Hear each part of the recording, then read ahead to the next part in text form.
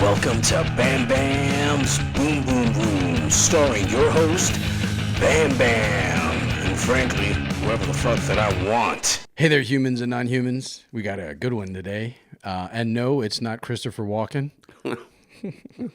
I thought I made that one up myself because I'm funny. I have the one, the only, the mysterious, the man of the world. A Canadian too, maybe a little bit? No. Well, he is definitely a man of this planet. And you might all know him as Colville Andersen. Michael Colville Andersen. Ooh. Mr. Anderson, we've been expecting you. Mr. Anderson. Hello. It is an absolute pleasure to have you sitting right here. Dude, happy to be here. Thanks for man. the wine. That was the only ask I had was that this time of night I need wine, buddy. You gots to have the grapes. Yes, sir. So how you been? I mean, I hear you've had the bubonic plague. And Oh my God. how's that treating you? Oh yeah. It's the season for influenza, and I get ill like once every decade, like with a proper influenza. I get a cold once a year. So yeah, it's just kind of a wild experience just to lie on a sofa. Yeah. Like freezing your ass off under 3 duvets and hallucinating. Like, oh my God, it was actually like, it was like being on drugs. Yeah. Except it was really horrible. It feels really terrible. Yeah. And so I'm out of the woods 4 days on the sofa, so I'm going to be coughing in your podcast quite a lot. But yeah, I'm out of the woods. It was kind of like it was interesting to experience it when you experience it so rarely. You know, during COVID, I had it a couple times. It was never like 4 days on a sofa under the duvet, you know, but with 40-degree fever. But yeah, whatever. Enough about my illness. I'm not weak. I mean, I was hoping for a more Bukowskie-esque story about him smoking weed, heroin, and cigars and giving him that cough. But no, we got... I didn't mention flu. the prostitutes. Oh, Jesus. All right, so you got the disease from the prostitutes. Yeah. Oh, we're back on track. Thank you very much. How is your mom? Well, she's angry and Asian. You know, like, I just love being back in Denmark because you can literally make any fucking joke in the world, and people will go, "Oh God," but they'll recognize that it's humor. Man, like in other cultures, you can't. The mom jokes let you get you beat up or shot, right? Exactly. So, But see, that's a really funny, interesting point because I had a talk with another comedian about why roasting doesn't really work in Denmark because the normal day-to-day speaking of guys at any office, be it blue collar, be it white collar, you could have 2 guys walking into the office like, "Hey, dickhead," and it's just the way. So the roasting, the distance between the normal talk to roasting is just not as far, and therefore, I mean, it just doesn't really hit home that well. That's just my view. I feel bad. Well, I feel bad generally for like a lot of the immigrants in Denmark because they're not really integrated. Like, and we don't integrate them, and that's our fault, not theirs. I really feel bad that their biggest flex, their most horrible insult, you know, like fuck your mother, I'm gonna fuck your mother, I'm gonna fuck your sister, how important that is in many cultures, you know, to insult somebody's mother if you really want to get under their skin. In Denmark, we're going, yeah, can you please fuck my mom? Like, she hasn't had dick for a while. Yeah, you know, like she's getting antsy. You cannot like use your worst insult from anywhere on the planet and affect a Dane. Yeah, you know. Because they're going, oh, that was a good one, actually, good one. buddy. Or, you know, oh, yeah, please fuck my mom. You know, like we'll bounce something back in your face, right? Yeah. So, yeah, it's so great whenever I'm home in Denmark just to, like, I don't need filters. No. You know? No. And if somebody doesn't think my humor, whatever I said is funny, and maybe they found it offensive in some way, they recognize my right to have that humor, and I recognize the fact, oh, you didn't think that was funny. Cool. Yeah. So we'd establish a no man's land in between, and then we continue whatever evening we're on, right? Yeah. I feel the same way, and then you kind of know, well, this person and I probably won't be best friends and be taking long, hot showers holding hands, like Clint Eastwood would say in Heartbreak Ridge. No, yeah, and yeah, it also establishes the fact, like, okay, when this evening's done, or this conversation is done, I don't want to see you anymore. Exactly. And they probably feel the same, and we respect it. Like, there is a mutual form of respect there, yeah. I miss Denmark when I'm out of Denmark, man. Like, for these cultural aspects, you know, yeah. Well, so where'd you just come back from? Oh, most recently, I was in Finland for a week, which is not bad. Yeah. I spend a lot of time thinking about Danish humor. Sorry, I don't know what this podcast is about. Yeah, we can easily go into that too. You told me there is no structure here, so I will weave in the yellow brick road for us. When I was a prostitute in Vegas in the 80s. No, wait, that's here we go. I spent a lot of time thinking about Danish humor, but yeah, in Finland, in the context that we're in geographically, right? Yeah. Like, I've spent so much time, far too much time, thinking about why do we have Danish humor, which is the darkest, best in the world. No too soon, no too much. Yeah. When we're surrounded by fucking Germany, Sweden, and Norway. Exactly. The three most unfunny countries on the planet. Yeah. What happened to us in the middle there? I don't know. I spent too much time thinking about it. But I was in Finland for a week, and they have a weird dark humor that only they understand. But I can crack all the Danish jokes there, and they're going, that's cool. Right? Yep. The Finnish people get us in that sense. And even though they have that they're really...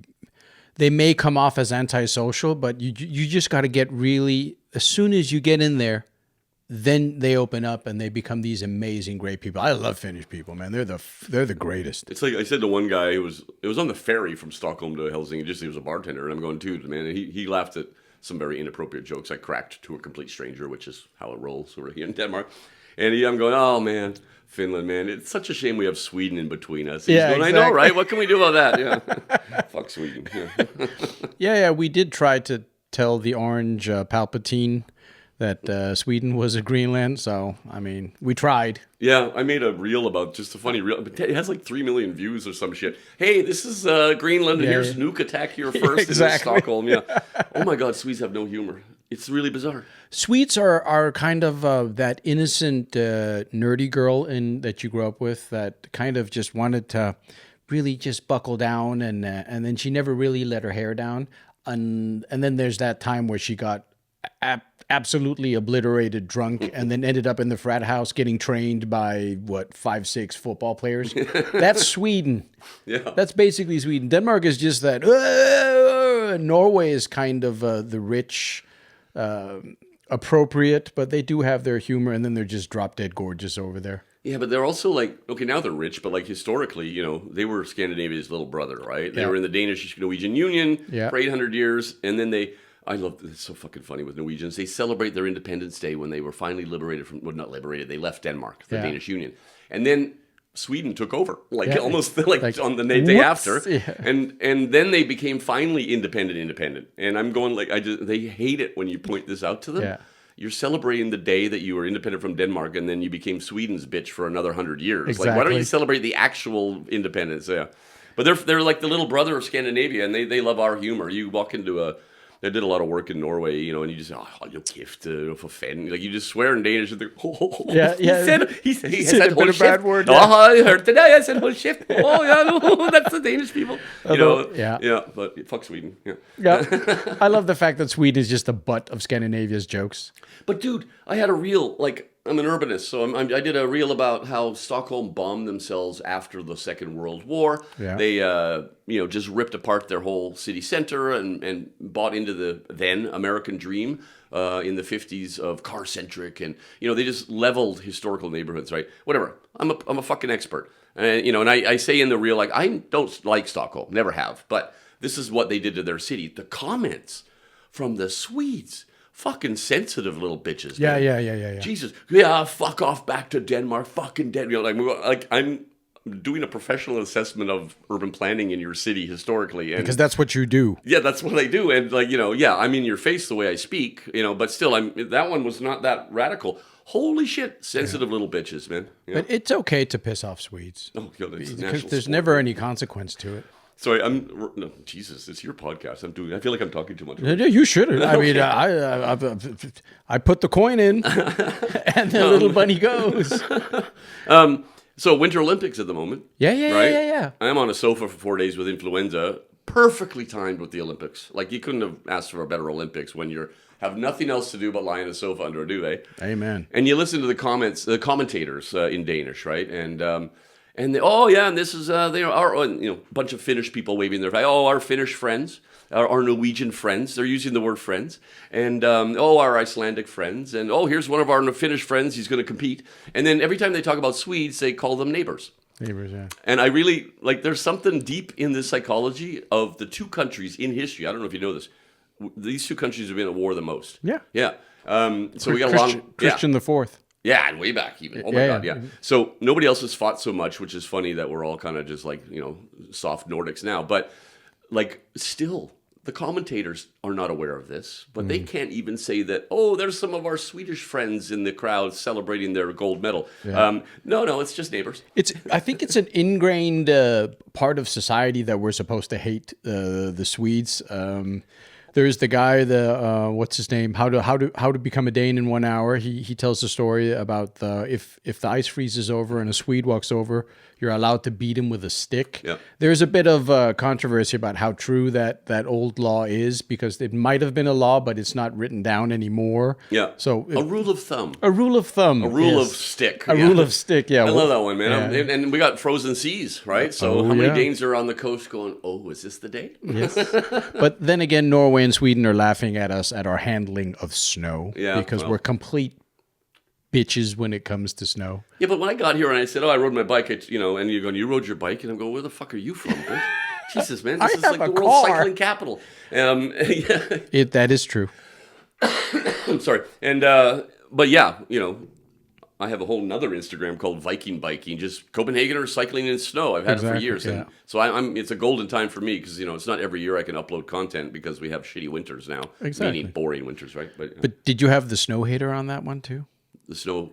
You never saw the video of the snow hater? Hater? Yeah, there's the guy filming up from like a top apartment when there's this much, and the guy, for helvete! Oh my God. The guy that hates snow. Dude, I mean, you feel for that man. That is old. I saw that recently, and I'm going, how old is that? Because that's pretty old. That's like got to be 20, 30 years old. Could be, yeah. Pre-internet, I think, even, or I don't know, maybe not, but.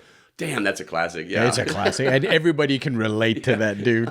He is just not having a good night. That's not me today, except for the one I took the right turn because I knew how to get here, but then it was a residential street, so it hadn't been cleared of snow. Yeah. So the ruts and I had to stop and fucking figure that out, and then I just rode on the sidewalk, right? But you see. I think we do well in the snow. Like when you consider how many people are cycling in this shit right now. Yeah, of right? course, yeah. Which is still nuts. I mean, even though that I'm from here, it still amazes me that they can do that. That it's just survival, adapt, overcome. Where's the Danish Olympic Committee on this? Like snow cycling. Snow cycling. And then we finally get another medal. We have one, right? Curling, yeah, which silver. is I still don't see that as a sport. It's more of a game type thing. There's so many great memes on the Instagram about Winter Olympics when it's on. Yeah, but you got all these throw yourself off a mountain, slide around on ice with knives on your foot, and then there's like a fat guy curling, right? Like how did that happen? Sliding a stone on the ice. Yeah. I mean, it's just boredom has no boundaries. Oh man. And this is a weird thing about Canada. There's something like 40 million Canadians. More than 1 million of them are members, like paying members of a curling club. Yeah. And then there's all the people who do it just for fun, for free. Exactly. That also says a lot about Canadians. But it does. It's shuffleboarding on ice. Yeah, totally. For me, and I saw that after the Olympics, the Winter Olympics, we're having the Winter Paralympics. Mm-hmm. And the Paralympics, I love watching the Paralympics. First of all, it's such an inspiration to see some of it, but some of it I find a tad confusing because even in the Summer Paralympics, they have the equestrian trials. And I'm wondering, shouldn't the horse also find some horse with Down syndrome or something? Or nothing against people with Down syndrome. This is the horse we're talking about, but a blind horse. Come on, a blind horse. That would do. Having to hop over shit. Yes, yeah, or just a psychotic ADHD stallion that just can't really get it. But then there's Winter Olympics, right? It's complicated with the Paralympics, right? Because what does everybody with one left leg? They're different tiers. Yeah. And respect for all of them, but it must be difficult to try to piece together sports when there's so many different kinds of disabilities. Exactly. But Winter Olympics wise, I want to see the skeleton.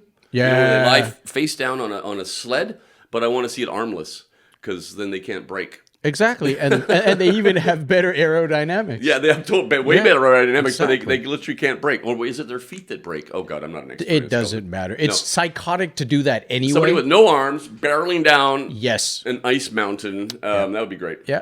That's probably a top 3. Yeah. Maybe how about the blind ski shooting? That might be fun. You just get everybody. It's like, okay, everybody duck now. Yeah. The Swede has turned the wrong direction. There was literally, like, I don't know, there's reasons I know this, but like the sports that used to be the Olympics, which no longer are, it's a wild list of stuff.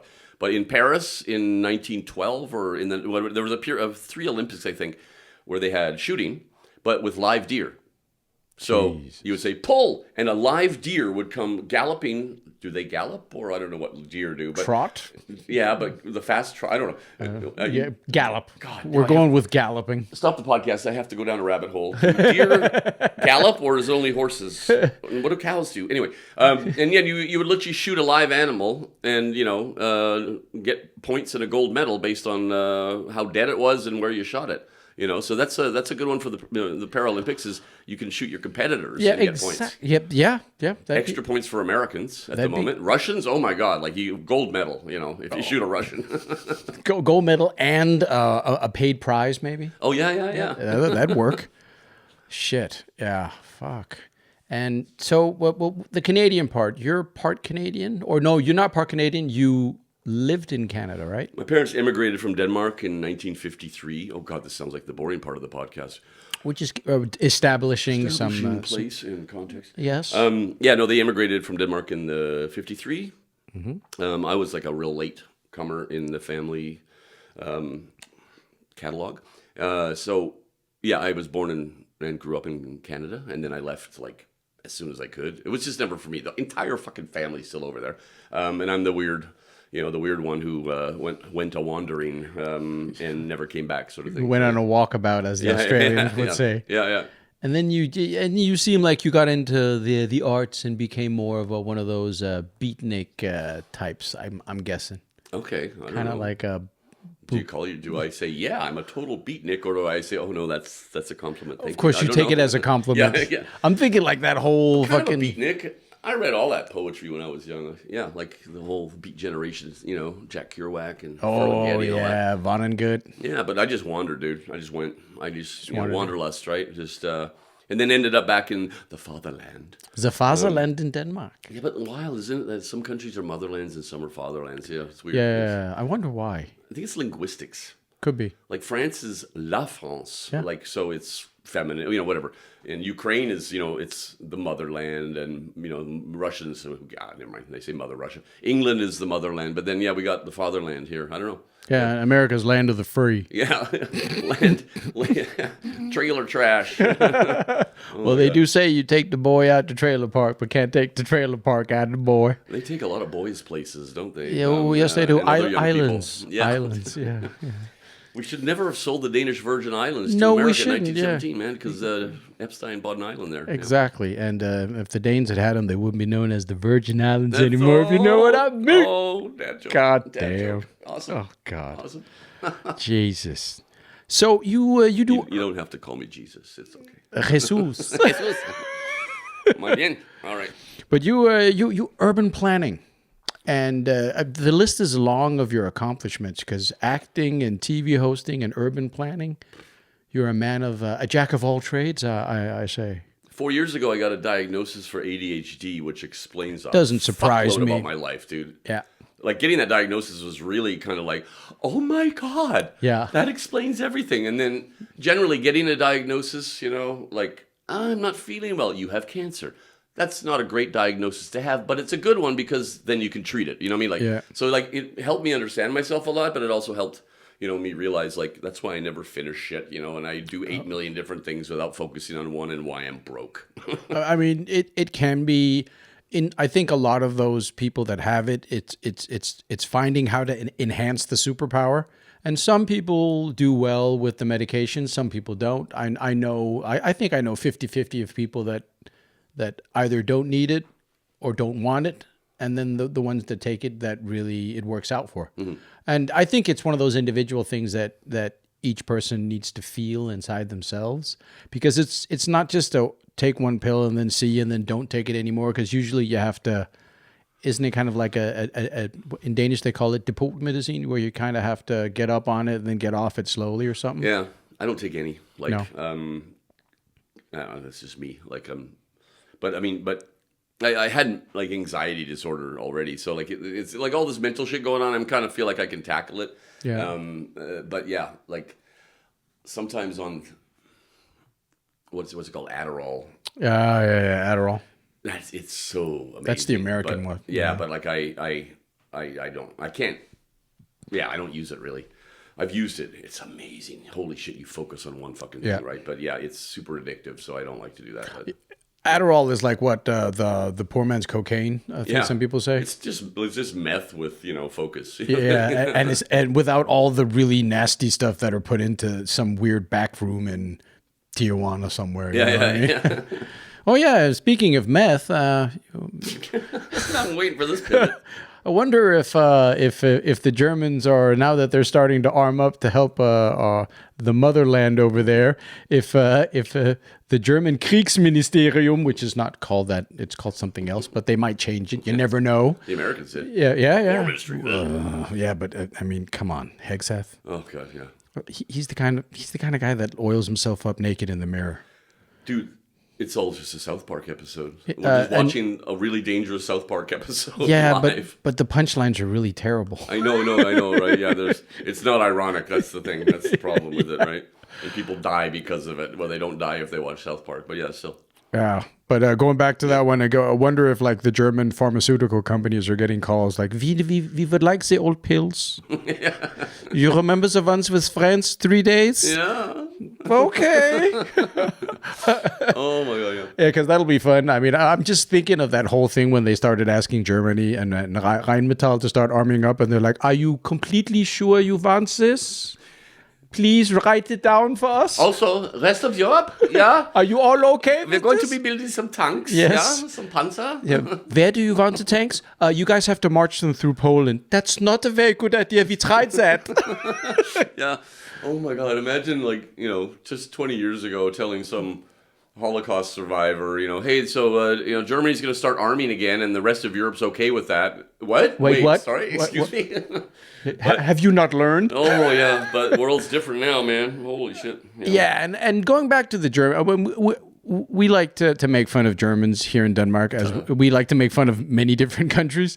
It's kind of like a pastime, but I think the Germans now, the young people now are starting to brush off that self-stigma that they've put on themselves for so many years. And it's finally nice to see them blossom out of that, because there was so much of this heavy cross that actually everybody told them many years ago that you don't have to carry it around, but they still do.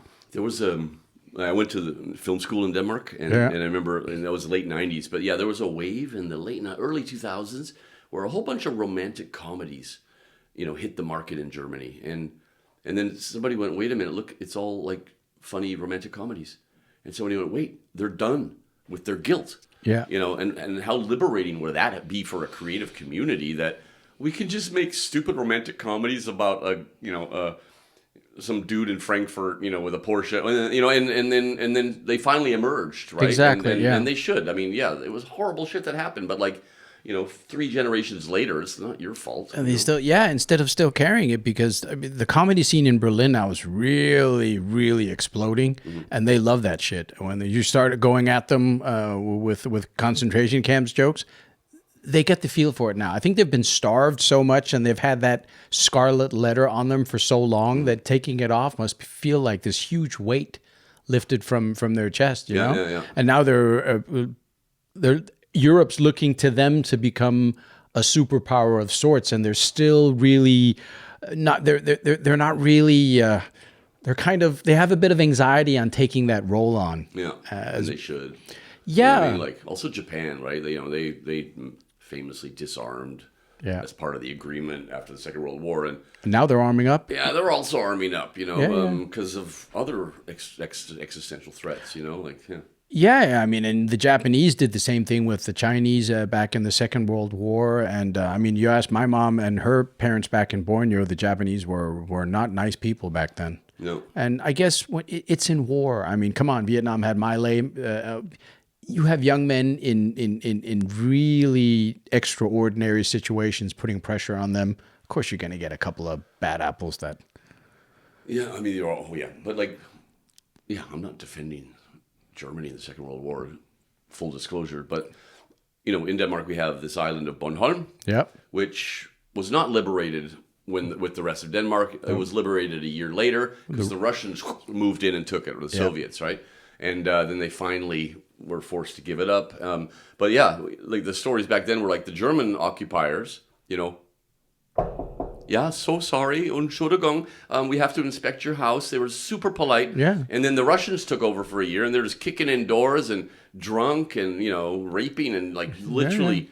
they missed the Germans on Bornholm after when the Russians showed up. Exactly, a nasty. Well, which occupying force is worse? Yeah. The Russians, of course. Also, we see that now the way they were waging war, brutally and That's because they didn't have Hugo Boss as a designer. Yeah, it was just the uniform. Yeah, they did look kind of. They did look spiffy. Who had the uniform? The French in the First World War.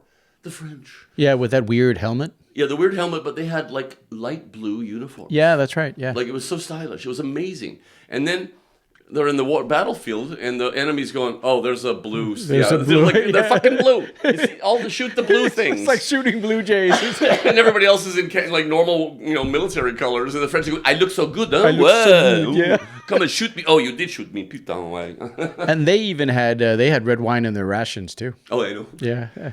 Oh my god, like, dude, this is the weirdest podcast I've ever been on. It's the greatest ever. I love the chaos ensuing here. So in the film industry in France, like, there's a union and they fight for rights, and like they should, and we have that here. But in the film industry in France, when you're shooting a feature film and the crew has to eat, it says that there has to be, oh my god, what's that word? A checkered tablecloth. Yeah. Right? There has to be a checkered tablecloth. It can be red or blue, but it has to be there. And there has to be a bottle of red and white wine at lunch. If you drink it or not, that's up to you.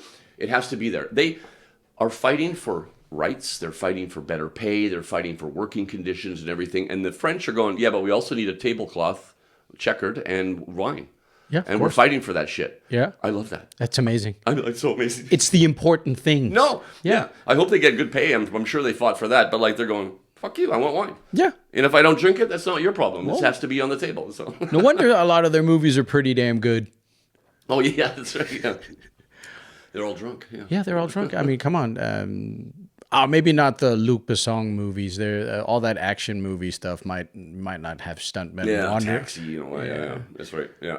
But the French, they did invent parkour, which is kind of fitting, having a sport based on running away. Yeah. But in a cool way. Up and over and around and under. Yeah. They're going to have to do that. Yeah. Because it's basically running away. Yeah. Oh God, yeah, the surrender jokes and yeah. There are many. Yeah. And apparently they all were started by the Americans. Of course. Yeah. Of course. And, and a country that should not be making jokes about other countries because there's a lot of material for us to make fun of them, right? Oh, come on. I mean, right now the terrible tangerine tyrant, he I mean, the jokes write themselves.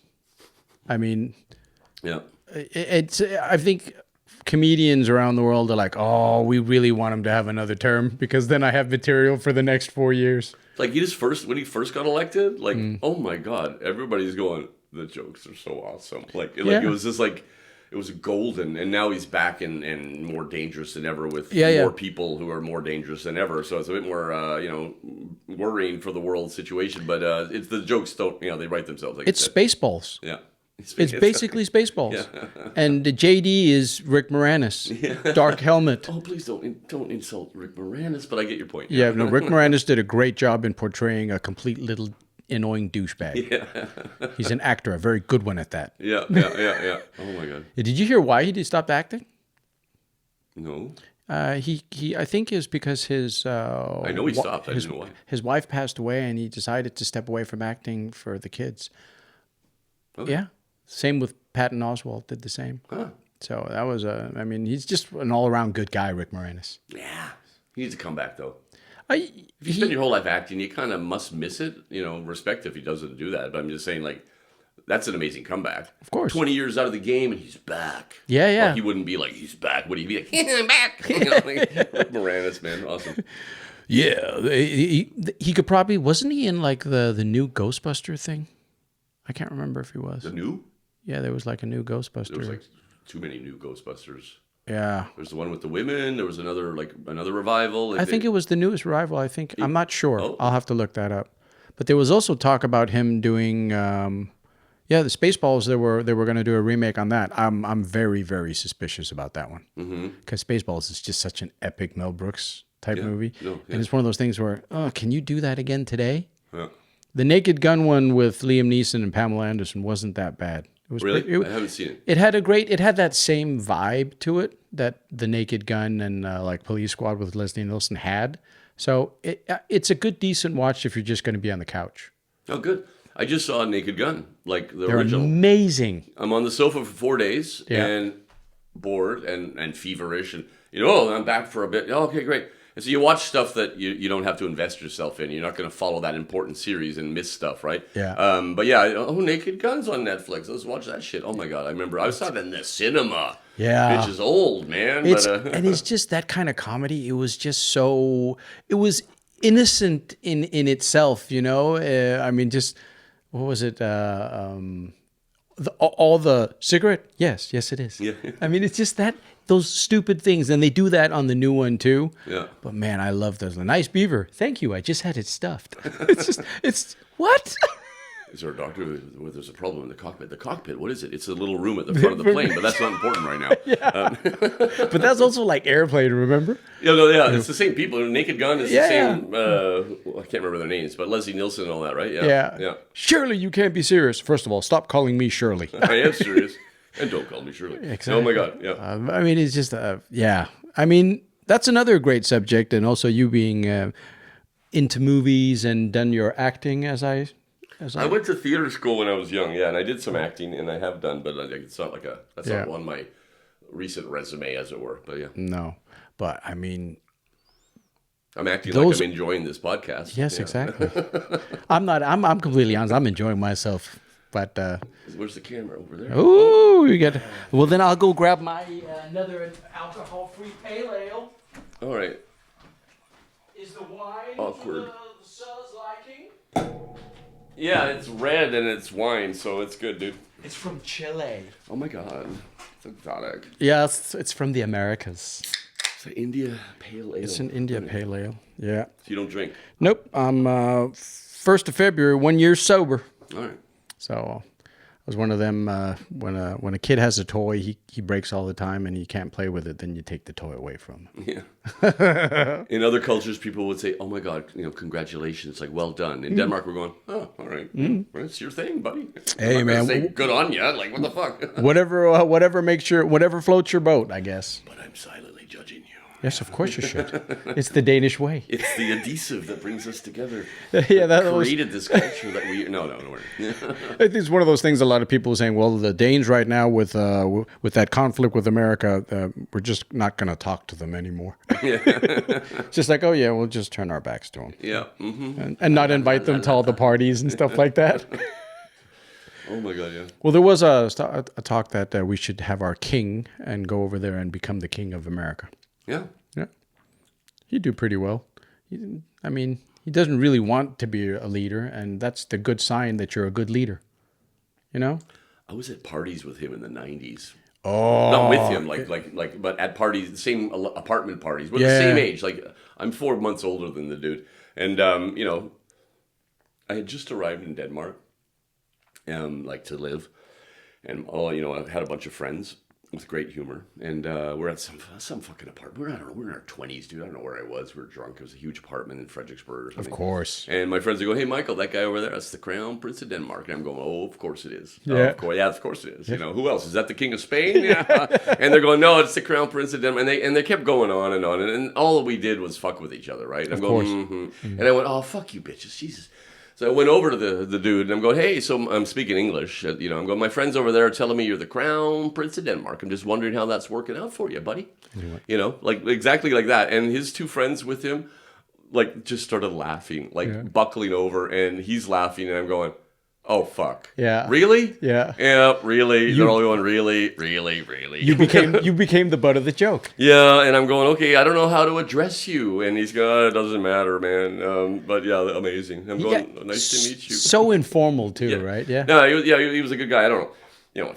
you want to drink with. That's how I judge people. Are they fun to drink with, right? So you're suck dicks, but no, but you would be fun to drink with. I sense if you were drinking, and we are drinking together. It's just non-alcoholic, fine. Exactly. But yeah, I don't know how much how much fun he is to literally drink with, right? Like, I've heard stories because he's a seal. He's a frogman. Yeah. And there have been many a times where you hear from other people that know military police personnel that go out to the bars to control whoever's out drinking of the soldiers, and then there have been times where maybe he was not mentioned, but his units were out having fun and it got rowdy. Yeah, okay. But I mean, I guess that's same that he can drink with his buddies is one thing. I think everybody can drink with their friends, but when I judge people, like, not judge in that sense, but like, try to figure out if I like them,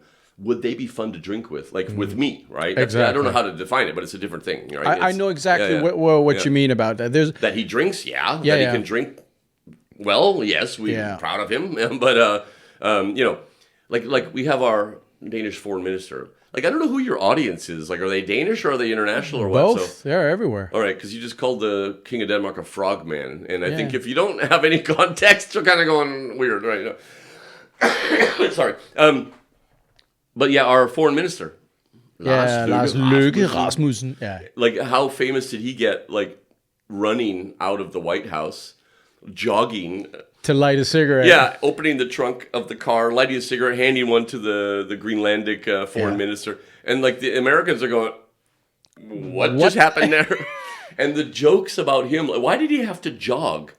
Like why was that so important for him to run? Nicotine. Yeah, nicotine, I'm sure. Yeah, fair enough. We're both on, snooze here. But still, like his popularity, I just saw this, his party is tanking, but his popularity is going through the roof. We're all going, that's who we want to represent us on the international stage. It's because he gets dude status. Yeah. And we have had a lot of guys, famous people that have gotten this dude status, like the Crown Prince's grandpa. I mean, my dad would when he went into town, you could see the king with his cousin Ingolf arm in arm, and Ingolf couldn't drink as much as the king at the time because the king was a fucking sailor with tattoos, and the king would say to the people when he was running, I just ditched my security detail so we can go get hammered. And then he would get his cousin shit-faced drunk, and then he'd show up the day after back at the castle. I can't remember which king it was. I know the king. I know who it is. I just which number. Constantine. Was that he was the tattoo dude? Yeah. That's Margaret's dad. Yeah, I pull up photos of him. He's badass, regularly man. when I'm abroad. Yeah, and we're talking about royalty or whatever, right? This is our king. Yeah, I don't know if King Frederick has any tattoos, but he does. That one photo of his grandpa, like proudly, Fuck, man, he looks like my dad. Like if you have two photos, but my dad didn't have tattoos, but just like That's so badass. He could probably beat the crap out of all the kings that were at the time, and he probably wanted to too. Yeah. Just like, oh God, get me back on a ship. I remember falling down a rabbit hole, which I do a lot about. I know about him, but and I found this photo, and then because I was showing somebody, and then I followed the links, and so the Brits. Yeah. He was coming on a state visit. And in the British newspapers in the 1950s, the King of Denmark has tattoos. Oh God! And there's a photo of him, that, and shocking for the Brits, right? And we just don't give it. Even then, we don't give a shit. Like we're irreverent, right? Exactly. And again, that's that informality that the Danes have. That even the royal family is just so informal. In that sense, you have the Norwegian right now that is in a mess, and the Brits that's been in a mess for a while now, and then you just have the Danes just sitting there like, oh well, I mean, we're here. I mean, the Norwegians it's the Swedish. They're the hot daughters, right? Madeline and Victoria. Yeah, and they seem to be pretty laid back and pretty easy, and then the Danes, it's just you have Margaret who just smoked. She's a two pack a day kind of gal, and she just seemed really funny to be around. Yeah. Everybody that's ever met her as a normal lowly commoner say she's a hoot. Yeah. And the only one that really isn't really the hoot was Joachim, the little brother. He was the most stately of them all. Yeah. And that suits him well too. I mean, he's a landowner. He drives a Range Rover. I mean, he'd be better suited as British royalty. No, super Brit vibe there. Exactly. With that dude, yeah. Yeah. I mean, I remember in the 90s, I saw literally the fucking Queen on her bike. Yeah. Going down to get cigarettes. Exactly. And, like from the palace, right? Yep. And I'm looking for security. Even in the 90s, it was a safer time. Yes. But still, I'm kind of going, there must be bodyguards for that lady person. No, Yeah. okay, fine. And even I saw at the Crown Prince. Yeah, I have a video of it sent by a friend. He picked up his kids from kindergarten on a cargo bike. Yeah. And then he had a security detail. Nowadays, you'd do that shit, right? But, and then he rides, and the deal was apparently he rides with security detail in a car behind him. And then when he hits the Amalienborg, the castle's square, the car does a wide turn. Like it just goes super wide. Yeah. Also, there's soldiers with semi-automatic weapons. Of course, it's like as though he said, "Yo, can I just have the last 200 meters like I'm a normal human?" Come on. And then he rolls up and the gates open and he goes in and with his twins on the cargo bike back in the day. Yeah. And the Dutch are pretty casual about their royalty too, but still, it's just like I'm not a royalist. I don't even know why we're talking about royals. God, because it's the stupidest fucking institution. It is. But if you have to choose your royals, I'm pretty okay with the ones we end up with. Yeah, me too. Yeah. I think it's Wait, you can't choose your royals. They choose you, don't they? Yeah, that's right. You have to have the blue blood. Mm-hmm. Oh my god. Oh, you got something in your wine there? What the hell happened there? Oh my god.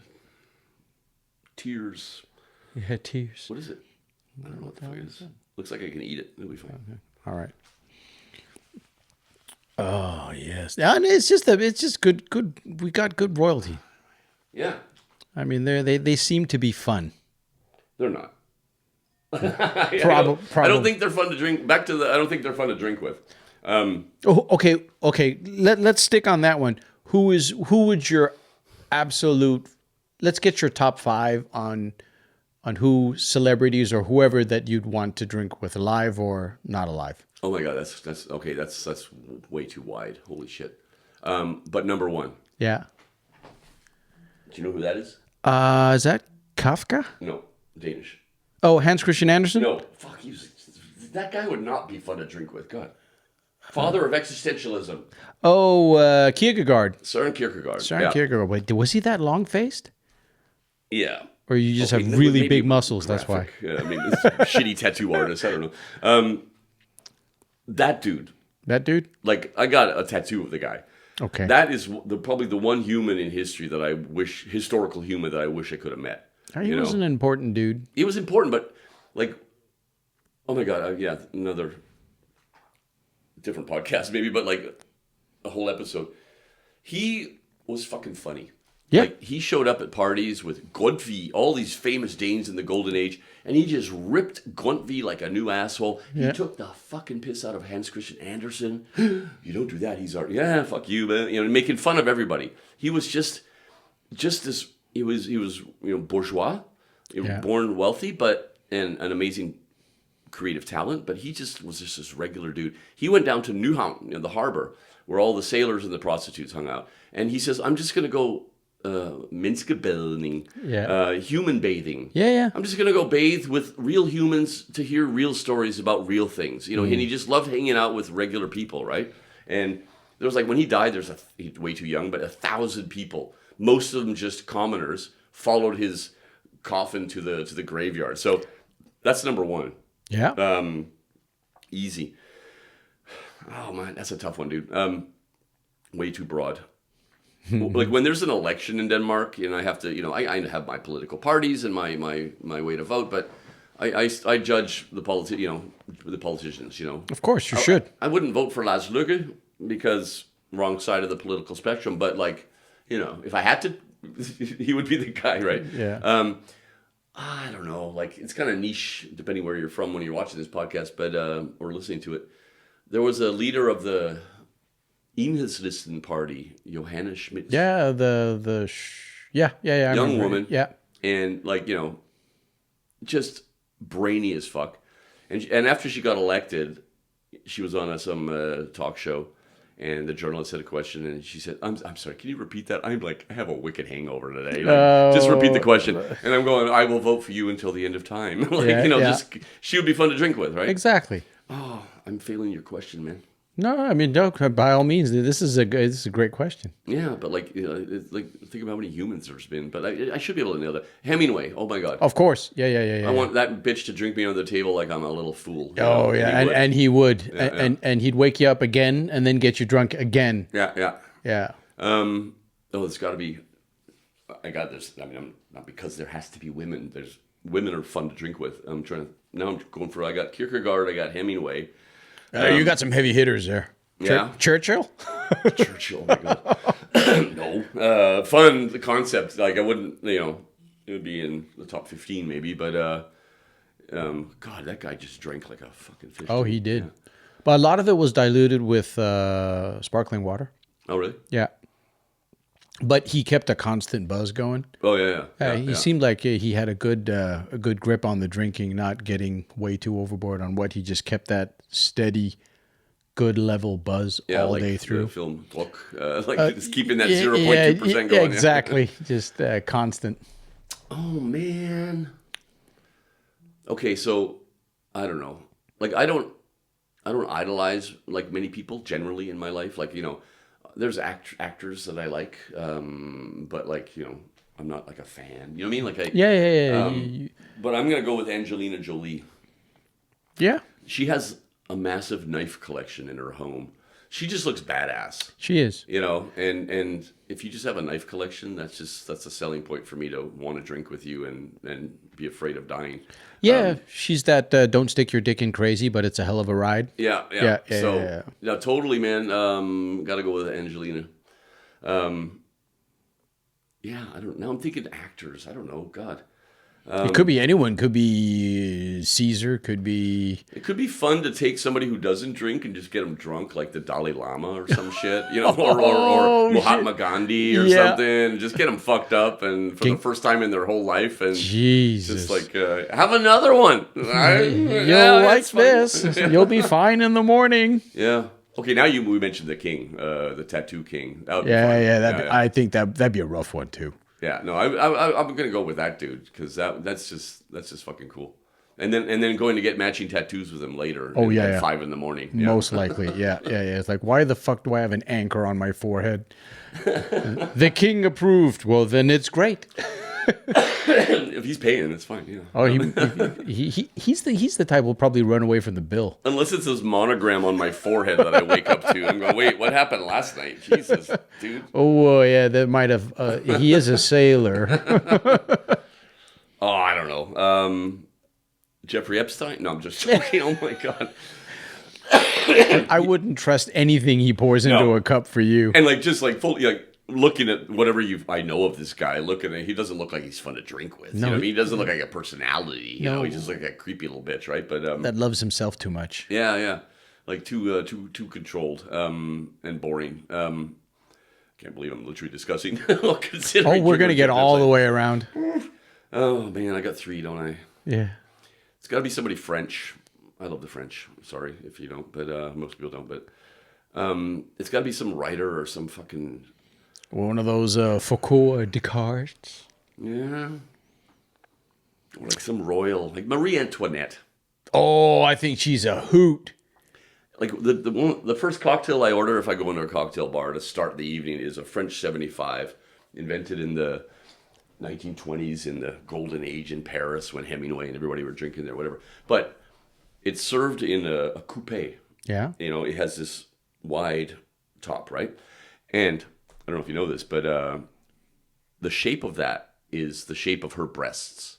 Oh. So back when she was the queen, before she was beheaded and everything, so, they let that job I would like to have is I need to have new glasses in the shape of my breasts. I'm going, I'm in. Yep, I will Let's measure. Go. Yeah. And so small breasts, but and that's what you serve a French 75 in, or other cocktails as well. So I don't know why I randomly picked her. It's mostly because I thought about her breasts, I guess. But we do that often. Yeah. Men have that. What is in that drink then? What does it consist of? Oh, I don't know. It's sparkling wine and gin and something else. Okay. I don't know. It's just a refreshing start to a cocktail evening. No absinthe trips with Van Gogh, maybe? Oh my God, no. Hey, dude, like absinthe. Fuck. Yeah, so, I remember absinthe. But the thing is, buddy, like the ingredient that messed with people's heads drinking too much absinthe is called wormwood. Yeah, right? Mellowwood. Yeah, wormwood, yeah. And then the European Union said, okay, that's kind of dangerous. So they, you can't get it in Europe. You can get absinthe, but you can't get the original. It's the clean distilled absinthe. Yeah, it's the old Habsburg one that had the Mellowwood. And you could get that in Amsterdam back in the day. And wait for it. Yes. So I've been volunteering in Ukraine for 3 years, and I had an absinthe, and I'm looking, and I said, "Oh, cool bottle," and it's the original. So they still make it, but they export it outside of the European Union. Yeah. And I had it back in the day, man. And I, at my local cocktail bar where I was living in Kyiv, absinthe cocktail or just a shot of absinthe. Oh. It's like it's a high. Like it is. It's like you smoke something, dude. It's a hallucinogen. But it's mild, right? Like it just gives you a different edge. And because I kept buying bottles of it because it was like the real shit, drinking with some friends.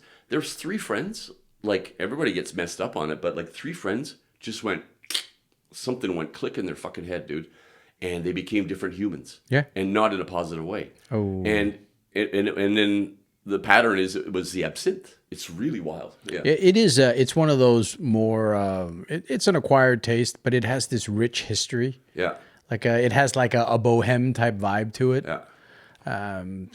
Yeah, absinthe, man. I've had my share, and I was never one for that flavor. What is it? What's the flavor? Are you gonna say fentanyl?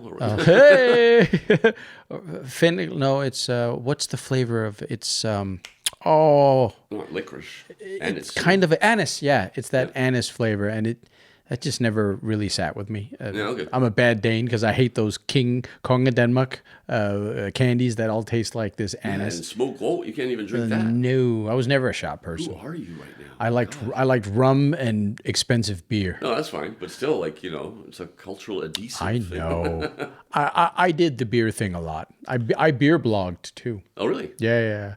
I had all connections with all the great breweries, the microbreweries here in Denmark. Ah, wow. So getting it free was not a good thing for me. No, right, yeah. But I got to taste everything from the stouts at 12% to weird, spontaneous fermented lambics and stuff like that. And hey, man, I'll drink it all as long as I didn't have to pay for it. Yeah, right. Best beer is free beer. That's it. Mm-hmm. That's right. So what were you doing in Ukraine? Oh my God, yeah. You just wandered. You needed some excitement in your life? No. It was like April 2022. Okay. I'm, so 3 months into the invasion. Yeah. Really 2.5. And I was messed up, man. Like, you grow up during the Cold War, and they're telling you that might happen, and then it happens on your doorstep of Europe, right? Yeah. And I was my anxiety disorder was off the charts. I was like not sleeping. It was real. I was surprised how affected I was by it. And then I got an email from 2 urban planners in Ukraine who knew of me, and they asked me for help. They, a personal and professional appeal, and I went, "Oh my God!" Yeah. Like, dude, 24th of April, 2022 at 10:06 in the morning. I got that email. Like, that's how important that timestamp is for me. Wow. And I Zoomed with them the next day. They were in Lviv. Yeah. And that city was under pressure. Yeah. From 200,000. It's the same size as Copenhagen. It's like 700,000 people. But 200,000 people arrived overnight, internally displaced people. Millions of people were hammering through their train station to get to Europe, right? And so these urban planners, the city was paralyzed. Yeah. Gridlock. No room on trams and buses because of all these extra people. And they said, we need bikes to get around because that's what they do in Europe. And I design cities for bikes. Yeah. That was what I primarily did for a long time. And they said, that guy's got to be able to help, and they said, oh, he'll never answer like I'm fancy or something, right? And so I get this email and I'm going, oh my God. Yeah, I can do something now. Yeah, dude. yeah. And then I Zoomed with them the next day and I said, I don't know how to do this. You want bikes, like used bikes donated from Denmark? I don't know what the fuck. I don't know. This is not on my bingo card, but I'm going to figure this out. And I did. And the first shipment left in July 22. And then I kept getting donated bikes from all over Europe and sending them to Ukraine. And, like a crappy used bike from Europe, I gave them to social workers all over the country. So they use them to deliver food, water, medicine, humanitarian aid to the most vulnerable citizens out in the villages. Exactly. So you have a small town and then there's villages. So the people who couldn't make it into town. And so like just an unloved bike from Copenhagen or Belgium or Germany is there are a few rolling and changing lives every day in Ukraine. And getting the miles on it. Yeah, and shared by lots of social workers and volunteers. Like it's just a beautiful poetry, right? And then the longer I stayed there, the more and more I was there, I realized, oh my God, there's so much more that this country needs. Stuff that I can do. Urbanism, architecture, landscape architecture. So I started crazy projects, dude. Like, it was never, there was no plan. It was just like, I'm here, I'm going to do something today. And, I've been delivering humanitarian goods to near the front lines. I'm in like shitty places, like, oh my God, the stuff that you've seen. Danger close stuff? Yeah, like, Russians 10 kilometers away shelling. Like, there's no warning with shells. There's no air raid siren. It's just, and oh my God, and crazy shit, dude. Like, there's lots of stories. And then I started saying, right, mental health is an issue for the Ukrainians, of course. Of course, yeah. So I designed the first Nordic therapy garden based on Danish and Swedish science, which they don't have, like a forested area where you can literally heal mental trauma and PTSD. Decompress, yeah. Yeah, like nature always takes an edge off of our stress. This is scientifically proven, but with some design interventions, you can literally heal mental trauma. And if anybody needs it in Europe right now, I mean, everybody needs it, right? But I mean, like, an entire nation needs it, right? Their issues with mental trauma are generational. If the war ended tomorrow, they're fucked for the next 4 generations, Well, I mean, it's a really interesting subject because we're the only civilization where if you take the ancient civilizations like the Romans or the Vikings or the Spartans, they all had to walk home after battle and use 3 to 6 months decompressing with their brothers and sisters that they were in battle with. And the modern civilization is, okay, you're done here in Afghanistan. You're on the plane and here you go back to civilian life from one day to another. And there's no decompression period there. No, in Ukraine, you're on a 10-hour train ride and then you're with your family. And, exactly. God, yeah. And 10 hours to decompress? Nope. Not good. No, it's all bad. They need some DMT and some toads. Yeah, but like, it's wild. But yeah, so I did that. And then I kept going, and then I'm going, so I made the first community garden in Kyiv. And then the last big thing I did was like the world's largest tactical urbanism project. Tactical urbanism is moving into a dead urban space and activating it with temporary measures in order to bring it to life, to bring, like a public space, rising it out of the asphalt. Wow. I did the world's largest on the most iconic square in the history of Ukraine, where Kyiv was born in the 6th century. And probably before, to be honest, but that's the date, like Copenhagen's from 1167. No, it's not. It's 1,000 years older, but somebody gave it a date. But yeah, so we just built with volunteers benches, green spaces on this wasteland of asphalt, and things for kids to do, ping pong, outdoor chess. We created a public space out of nothing, in the hope that somebody sitting there on a bench, having a coffee, talking to a friend, if that takes their mind off all the shit we have to deal with in Ukraine every single day, then for 30 minutes, and then that's a win, Urbanism as a medicine, not just a better public space for the people. No, it's like literally in Ukraine, urbanism becomes a medicine, Yeah, I get that. That's really interesting, yeah. And then we did it in a war zone. We're building with volunteers with air raid sirens going off, completely exhausted from yet another night of attacks, where you don't sleep because the missiles and drones are incoming. And then you wake up in the morning, you go out, hey, everybody, oh, God, crazy night. What? Yeah. Wow. Oh, yeah. Have you heard? Yeah, I heard of that. Boom. And then you get to work, right? Yeah. And that's what it's like in Ukraine, dude. It's like crazy night. You go down to your local cafe to get your coffee. You're going, oh, yeah, I know, right? Yeah, I had a friend. Oh, really? Yeah. Boom. You just, a quick 2-minute, 3-minute conversation about that crazy night. And then you get on with your day. Exactly. You can't do anything more after 4 years of war, right? You can't constantly think about it. You have to live your normal life, right? I guess it's like it has that Walking Dead theory where the zombies suddenly just become this secondary passive character that's, or not passive, but this secondary character that's just always there. Mm-hmm. And it's actually tragic when war becomes that. Yeah. That it just becomes this necessary part of daily life, and then you're fighting just to make this urban space so people can have some sort of a sanctuary, maybe not physically, but mentally, that they can. That's amazing, man. That gives me the hairs, I love that. That's an amazing story. And you have the great inspiration of Copenhagen, where we have these spaces where there's ping pong tables, chess, and just look at the red square we have. Not that red square, but the Røde Plads, yeah. Where you have this entire area that you can go from Frederiksberg all the way down to Nordvest and Nørrebro, where you have all these skate parks, and then you have these amazing playgrounds, football, and these little green oases. Is that the plural of an oasis? Oasis. Oasis. Oasis and oasis. Oasis. Isn't it? It's like crisis and crises. Crises. Oases. Okay. Oases. Okay. That's one I bought for $5. Yeah, I don't know if that's true. I'm just guessing with you, buddy. Yeah, but hey, man, we're two morons here, just inventing grammar once again. Yeah, that's great. Your grandma, my grandma?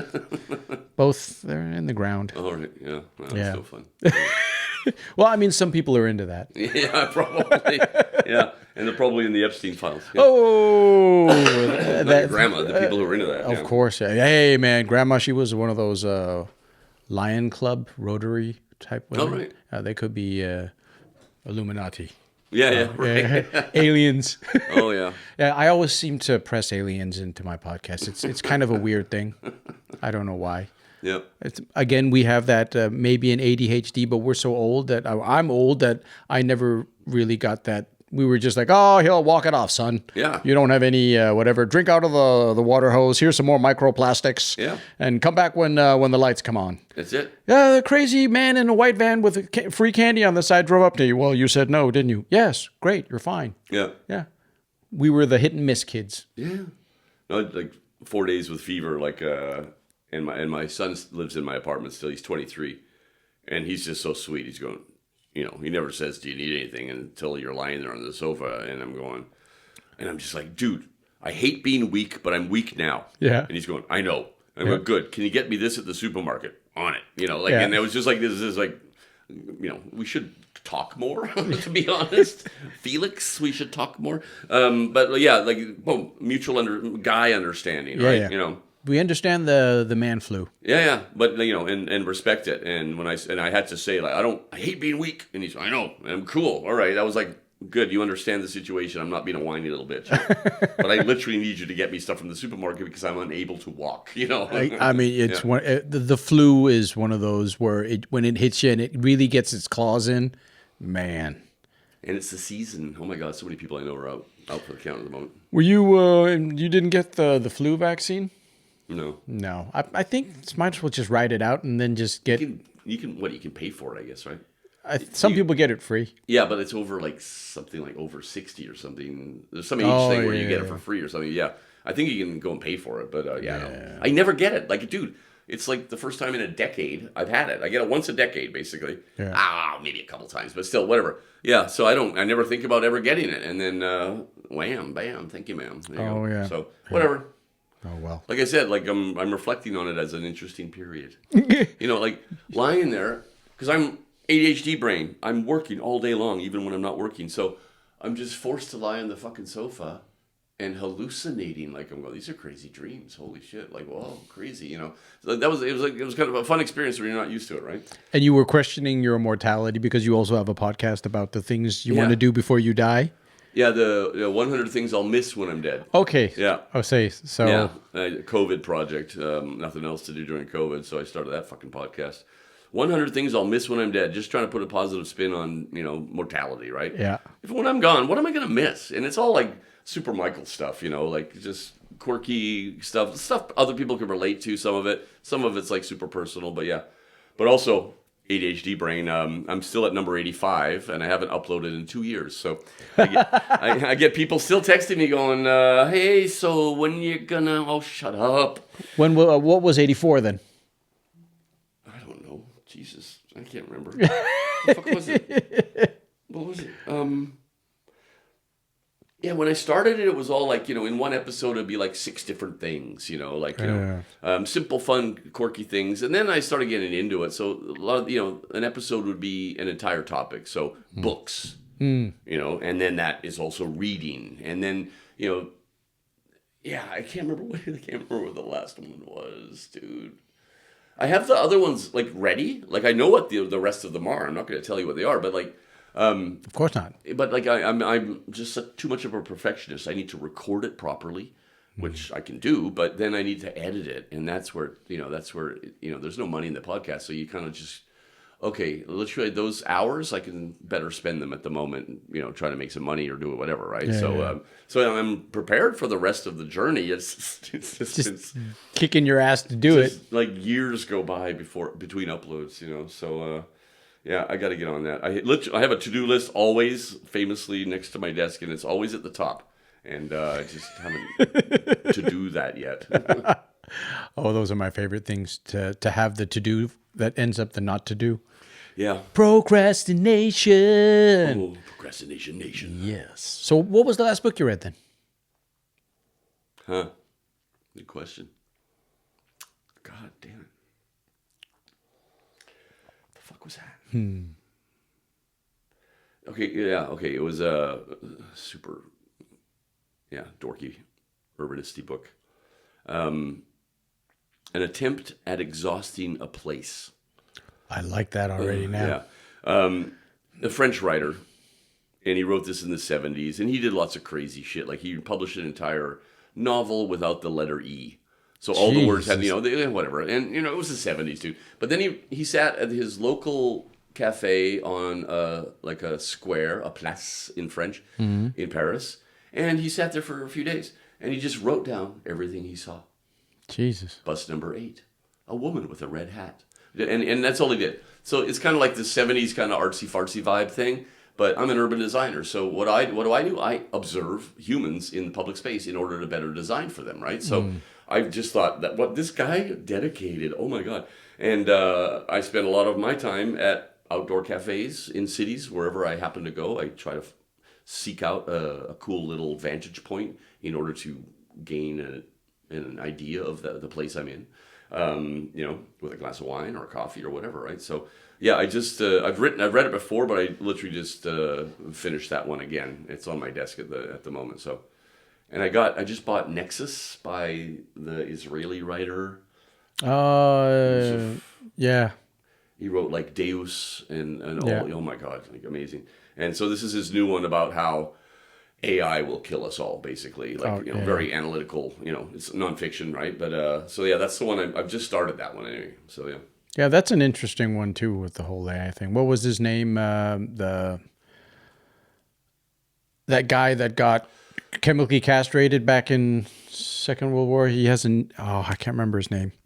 It's his. He has like a scale, or now I'm rambling on again. Yeah, a guy who was castrated in the Second World War for being homosexual, and it's not Schrodinger. No. The Turing effect. Turing effect. Yes, okay. Yeah. He was talking unrelated to his castration, but yeah. But that's how I remember him. when we achieve, what do you call it? Singularity. Yeah. No, I've read reviews of the book, and I started reading it, and we are here now. And I'm using AI every day, ChatGPT or whatever, right? And so whatever happened, that's the new one coming. Yeah. Cool. So what is the most beautiful, as an urban planner, what is the most beautiful city in your eyes? I mean, and why is it that? Nah, can't do that question. Why not? No, because like beauty's an aesthetic, right? Like, so I can't. But like, what cities can I change it if you don't mind? Yes, like, of course. Like what cities? And I'm going to ask you this too. Okay. So let's imagine that from today you can only visit 5 cities. You can never travel again. You can only go to 5 cities, but you can go to them as much as you want for the rest of your life, right?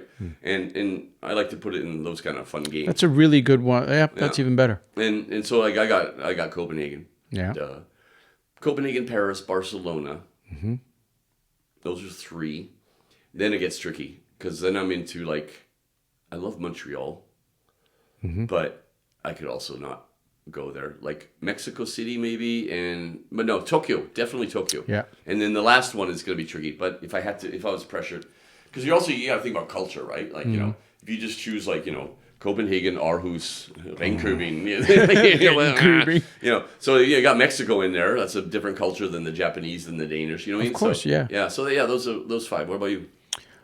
Prague is I like Prague. Mm-hmm. I fell in love with it before it kind of got all really touristy. I did the whole go to the Kafka Museum and go see the castle and all those things. And it was just a city that it felt pleasant and it felt nice to be in there. And I liked their squares and stuff like that. The architecture was pretty cool. And it's just one of those things going to the Eastern Bloc. And then a while back, I went to Serbia. What's their capital? It's Belgrade. Belgrade, yeah. And that, for me, I mean, I hated that city. Oh, really? It was just dirty and an Eastern Bloc, Iron Curtain gray. But the weather was shitty, and all the people were they seemed angry. Okay.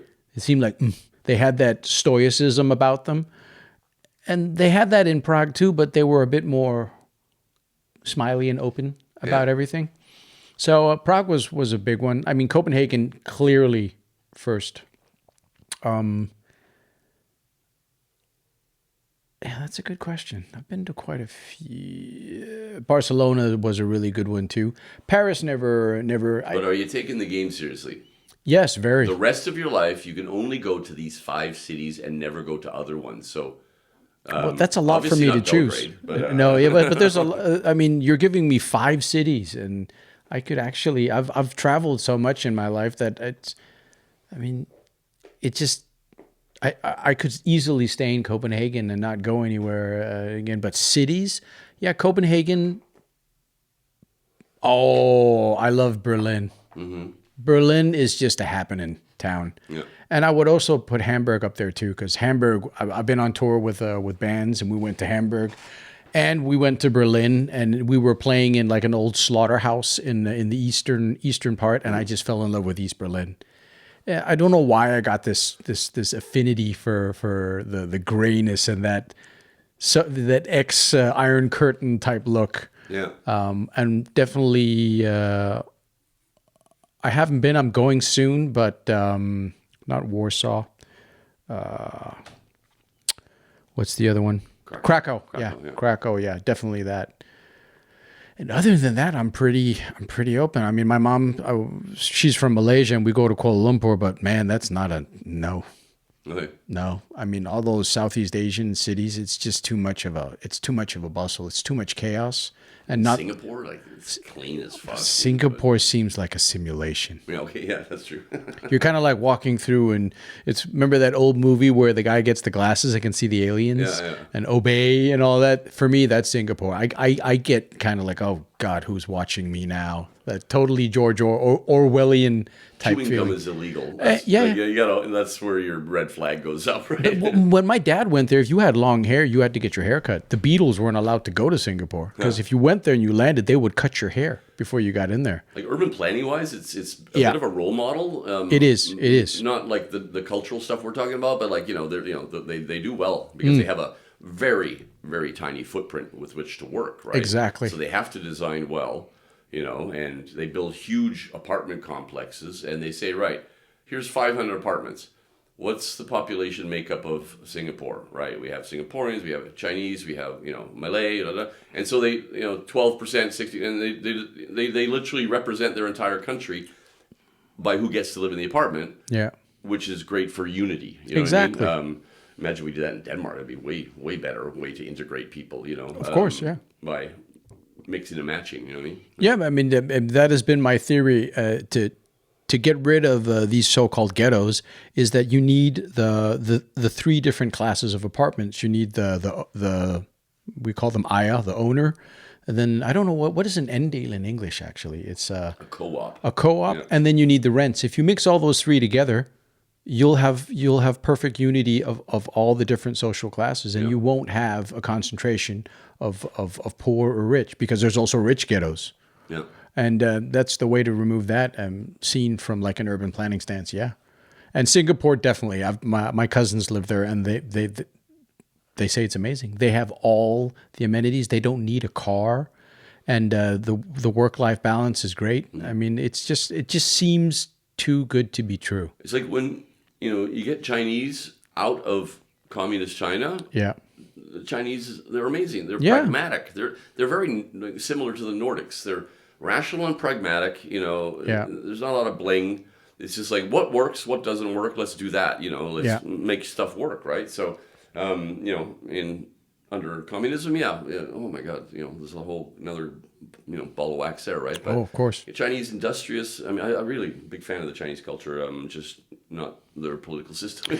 Well, I mean, if you look at it from a political standpoint, the war with China has already been won by the Chinese, and not a shot has been fired because they've already beaten in the industrial and the economic sense, because we gave them all the technology to begin with. We didn't want to produce everything here because we wanted to have a better bottom line. So we made we moved things to China to get things cheaper. So we gave them all the technology, and now they're harvesting. But also, like, their international influence, which is growing. Yeah. You have the United States and Russia and other dictatorships. They just sort of, like the Chinese, they can read the room, right? And they're sensitive to the local culture. And, one example I just read today, they just gave a limousine to, the Prime Minister of Fiji, because they're trying to, buy favor and stuff. But, the guy's going, I got a limousine. That's reading that local room. Exactly. He's excited about getting a fucking Chinese limousine, the same kind that the president of China rolls around in, right? Exactly. Where the Americans and the Russians, they build the room, and they drag you into it, and you're going, you're in my fucking room now. And they force you to stay there for a bit. Yeah. This is our room, and you adhere to everything we say. But the Chinese are going, no, you guys, we don't, oh, you're learning Chinese because we're doing trade. That's so sweet. Thank you. But they respect local culture. Exactly. And I don't know where the whole thing's going to end with, Chinese international influence. It might go bad, but generally they're so pragmatic that they appreciate local cultures, and they, there's not massive power, like the big, bombastic U.S. and Russia. Yeah. It's like, no, we're just going to build some railways for you, and then we're going to increase trade with your country, Exactly. and you're going to trade with us now. It's just business. It's just business, yeah. And Tom Clancy wrote it. I do read Tom Clancy. I'm guilty of that. But podcast is over now. You can judge. Gotta go. Yeah. But he called them, like Russia, he called the bear, and China was the rabbit. Yeah. And the rabbit is faster. And they are the rabbit of the world at the moment, and they're just chilling, laying back, watching everything, and all this chaos ensues with Europe and America and all, and they're just laying back, and they will be the ones benefiting from all of this in the last end. And if you want to go for worst case scenario, then Mr. Tangerine Tyrant will probably maybe remove the Pacific Fleet, and Taiwan is open for the pickings. And people see that as a bad thing. Well, yeah, it could be. But on the other hand, when they got Hong Kong back, nothing really changed because they know Hong Kong makes money. They're not going to, if it ain't broke, don't fix it. But Hong Kong is different in the sense that there was a lease which ran out, and Taiwan does not want to be part of China. Exactly. And, that's the next Ukraine, right? Minor detail. Yeah, minor detail. You said people might think it's bad. I'm going, the people of Taiwan think it's bad. Oh my God. Yeah. But yeah, that's another flashpoint that's going to show up pretty quick, I think. And you're going back and like what Putin did when he talked about Ukraine thousands of years ago being part of Russia. I mean, when are the Mongolians going to come over and go, hold my beer and let me tell you a story? And then we'll be like, okay, we're going to sit down and listen because nobody wants Genghis to come back. Yeah, I know, right? God, I'm watching that. Oh my God, random. Marco Polo on Netflix. Oh yeah, the old one. Yeah, but the old one. Is it new or is I it? don't know.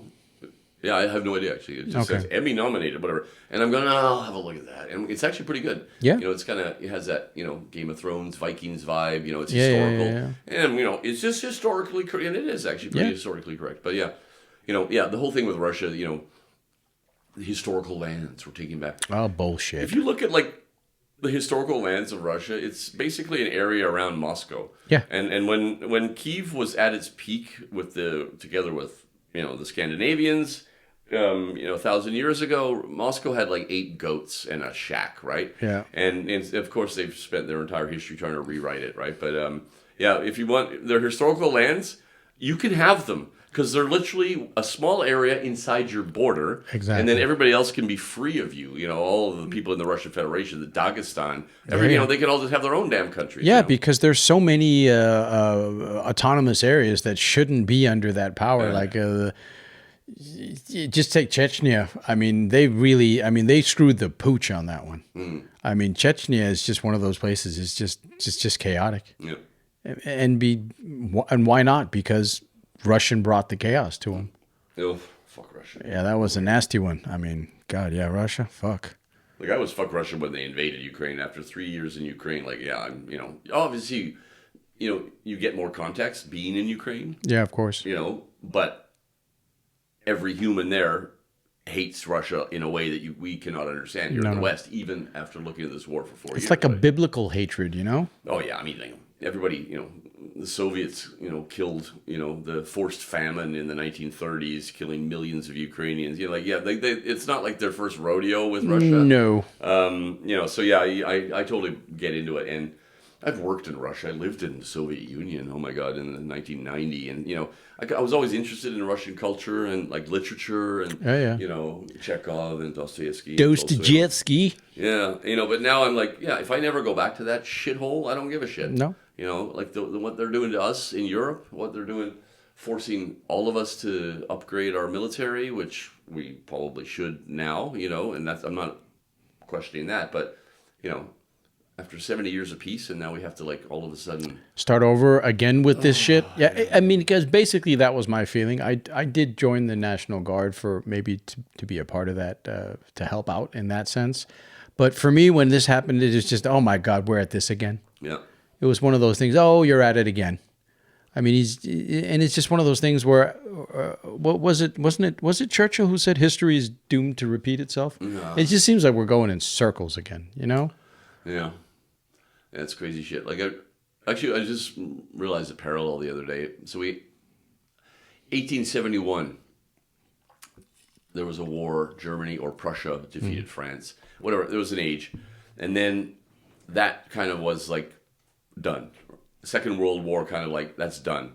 And then it was called the Belle Epoque, right? The beautiful era. Yeah. And that went all the way up. It was like, 50 years up until the First World War, and then shit went bad, right? So they had 50 years of peace. Electricity was invented. Art, oh my God, like the cultural input that we still have today, the influence was massive in the Belle Epoque. And yeah, we've had 70 years of peace or whatever it is, 80. Yeah. And yeah, now we're back. So like oh my God. Yeah. The Pax Americana, as they would prefer it to. Fuck America.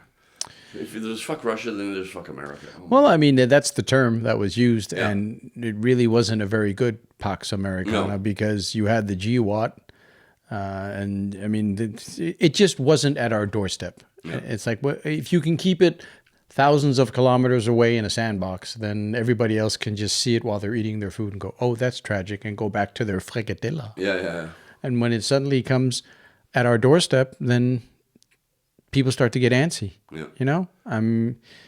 and I remember my parents saying that under the Cold War, I mean, they were nervous about who's going to press the button with Reagan and all that shit before that, and they were nervous, but the kids, we were shielded because we didn't have a phone where we could go on X every day and see another poor either Russian or Ukrainian get blown up by a drone. Yep. Because I get those at least 2 or 3 times a day.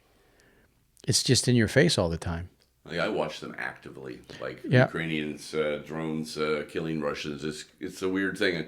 I started way back at the beginning of the invasion, and I check in with myself, like, dude, like the stuff, like I see stuff on Telegram channels that you don't see on websites. I have the websites that show those ones. Yeah, too. right. Yeah, but same thing, right? Like, okay, brutal and gruesome, but I'm going, fuck them, right? It helps sometimes if you get a bit disillusioned when you watch them. Just put on the Benny Hill soundtrack while you watch it. It just brightens it all up a bit, you know. Totally. Yeah. But like, also, when we talked about the island of Bornholm and how bad the Russian invading forces were there, like, we're next level now. You just got, criminals fighting and brutal torture. Like, it's all so documented, and that there's no massive international outcry after 4 years of that. It just boggles the mind, man. And it's so medieval in some ways, but on the other hand, it's so medieval on one hand, and then it just gets hyper technological on the other hand, because as you see in evolution of weaponry in peacetime, that's something that can take years, and the implementation of a contract for a country will take its course.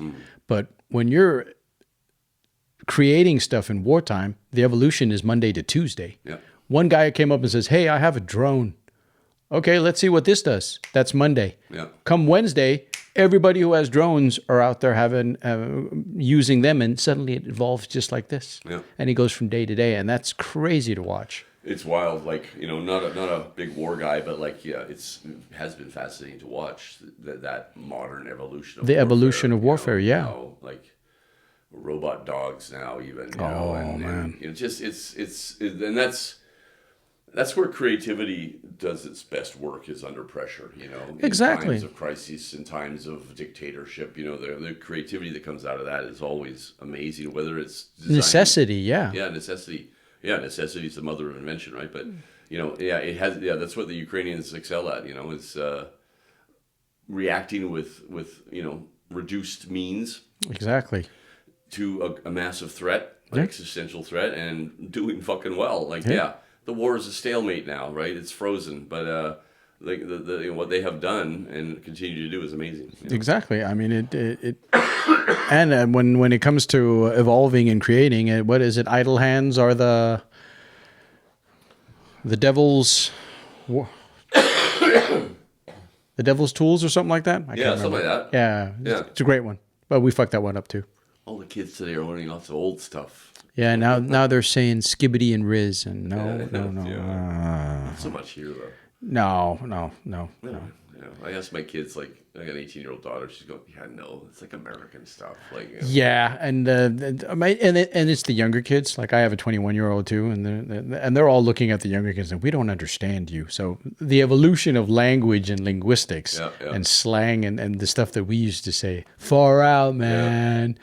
I mean, but there's still words that have the staying power. Cool will never not be cool. Yeah. And of course, the most amazing word in the English dictionary, fuck. Yeah. It's the most amazing word. Scandinavian word. Did you know that? I've heard different theories, but I don't think any of them are... It's not hammered down, but it's... one of the prevailing theories is that, well, we know there's a word, or there was a word in Old Norse, in Sweden, folka, meant, I'm going to maybe mix them up, to copulate, to fuck. Oh, okay. And then in Norwegian, folka meant an erection. Oh. So, like, those words are, like, way too close to fuck. And funny story, in America, where I swear a lot, right? Not in America, I swear everywhere, but I swear. And when you're in America, it's great to swear in America, yeah. And I'm at a table, I don't know what I was doing. I was at a conference, and we're out drinking with some people who saw my keynote or whatever. And, man, I'm fucking this and fucking that. And this one girl, young woman, she's going, I'm sorry, like, and she was actually very polite. She said, can you maybe not say the F word so much? And I'm going, the things in my head I wanted to say, but then I was literally rarely diplomatic, but then I spun it funny, man. I went, okay, first of all, in my culture, like, we don't have censorship. In Danish culture, we don't censor human language, first of all. But then also the word fuck is a Scandinavian word. It's literally a part of my culture and my language. Yeah. And so you're asking me not to say a word that is part of my language. And she just looked at me. She went, "Oh my God, I'm so sorry." Oh God. And I'm going, "It's okay. No, it's fine. Like, I'm playing the role." Oh God. That poor woman. That was diabolical. I love it. I know, right? And there was a couple of people at the table who knew me well, and they're going, they're trying not to laugh, right? Because they knew what I was doing there. But yeah, oh my God. Colville, you're so full of shit. Oh, Jesus. But like the whole, like, like, this is like, never going to Russia again because of their war crimes. Fine.